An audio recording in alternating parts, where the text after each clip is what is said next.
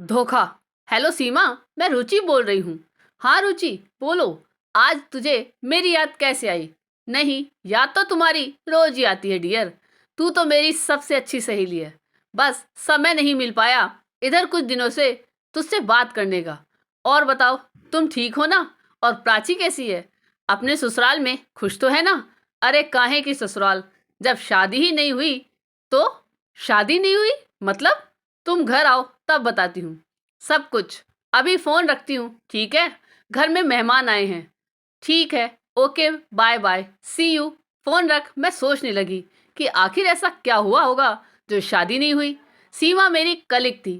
पहले हम दोनों एक ही ऑफिस में काम करते थे। वहीं मेरी उससे मुलाकात हुई थी। धीरे धीरे हम दोनों में अच्छी दोस्ती हो गई थी। दोनों एक ही शहर में थे तो आना जाना भी होता रहता था। फिर उसे दूसरी कंपनी में जॉब मिल गई तो हमारा रोज का मिलना बंद हो गया था। हाँ, फोन पर उससे बात होती रहती थी।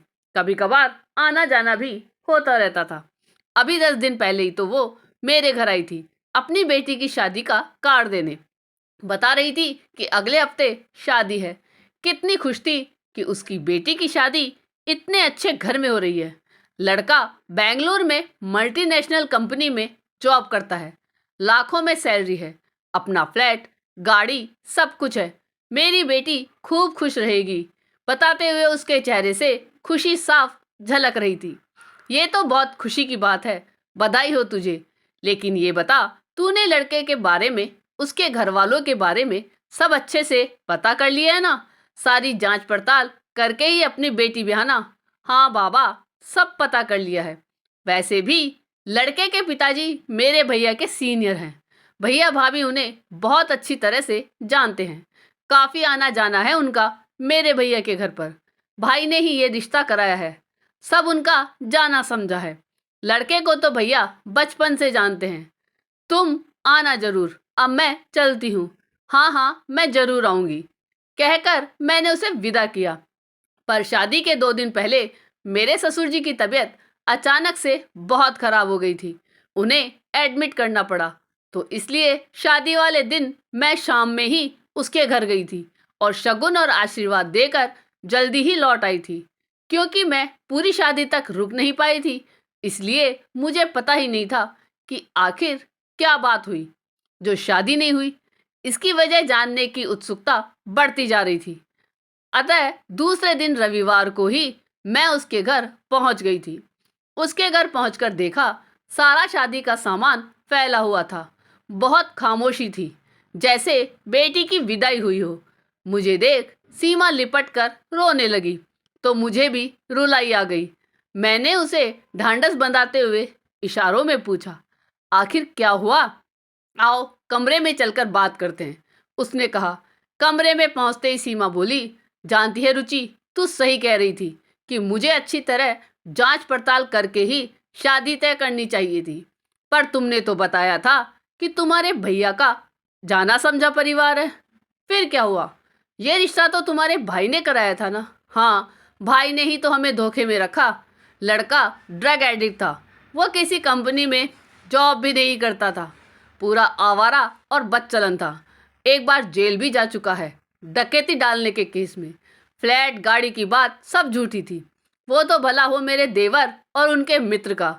जब उन्होंने लड़के को देखा द्वार चार पर तो मुझे और मेरे पति को अकेले में ले जाकर उसके बारे में बताया। उनके मित्र पुलिस में थे, वो शादी में आए थे। उन्होंने ही देवर को बताया उसके बारे में। मैंने तो पहले उनकी बात ही ना मानी, उल्टा उन पर ही आरोप लगाने लगी कि वह चाहते ही नहीं कि मेरी बेटी की शादी इतने अच्छे घर में हो। इसलिए मैंने उन लोगों को शादी तय होने तक कुछ न बताया। तब उनके मित्र ने हमें सारी सच्चाई बताई। मुझे तो अपने कानों पर विश्वास ही न हुआ कि मेरे भाई ऐसा कैसे कर सकता है। क्या उनको ये सब बातें नहीं पता थी? मैंने भैया से पूछा कि क्या देवर जी सही कह रहे हैं, तो कहने लगे, ये सब तो इस उम्र में लड़के करते ही हैं, शादी के बाद सब ठीक हो जाते हैं। और फ्लैट, गाड़ी का क्या है, वो तो जब चाहें खरीद सकते हैं। तब हम लोगों ने उसी वक्त शादी न करने का फैसला किया। पर लड़के के परिवार वालों ने काफी हंगामा किया था।